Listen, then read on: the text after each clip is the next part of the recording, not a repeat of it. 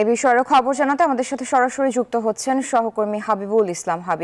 হাবিব, সকালের বৃষ্টিতে তো আসলে কিছুটা হলেও স্বস্তি নেমেছে নগরীতে, তো আগামী 24 ঘন্টার আবহাওয়ার পূর্বাভাস কি রয়েছে আপনার কাছে?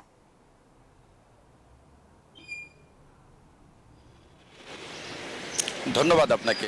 আগামী 24 ঘন্টার পূর্বাভাস যেটি আবহাওয়াবিদ বলছিলেন যে যে গরমের যে তীব্রতা সেটি কমে এসেছে এবং এই তাপমাত্রা কম যে পরিস্থিতি সেটি বলবৎ থাকবে এবং তিনি বলছিলেন যে আগামী আরও কয়েকদিন, সাম্প্রতিক সময়ে আরও কয়েকদিন এই স্বাভাবিক তাপমাত্রা থাকবে। তবে দেশের যে হিট অ্যালার্ট যেটি বলা হচ্ছে দেশের কোথাও কোথাও সেটি কিন্তু জারি থাকবে। সর্বস্তরে বা দেশের সব জায়গায় এই বৃষ্টিপাত হয়নি, যার কারণে এই তাপমাত্রার পরিমাণটা সব জায়গায় কমেনি।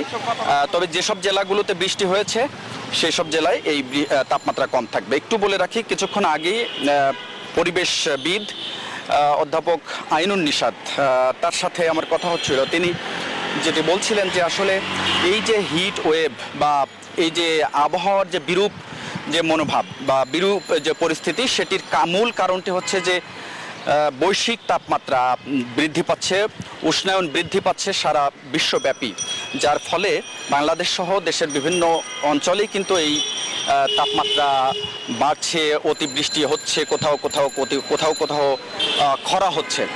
তো এই পরিস্থিতি থেকে আসলে উত্তরণের উপায় কি সেটি তিনি বলছিলেন যে আসলে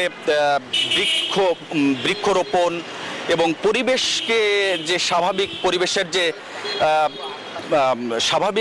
স্বাভাবিকতা সেটি বজায় রাখা, অর্থাৎ পরিবেশের যে স্বাভাবিক বৈচিত্র্য সেটিকে ধরে রাখাই হচ্ছে পরিবেশের এই যে বিরূপ পরিস্থিতি সেটিকে মুক্তির উপায়।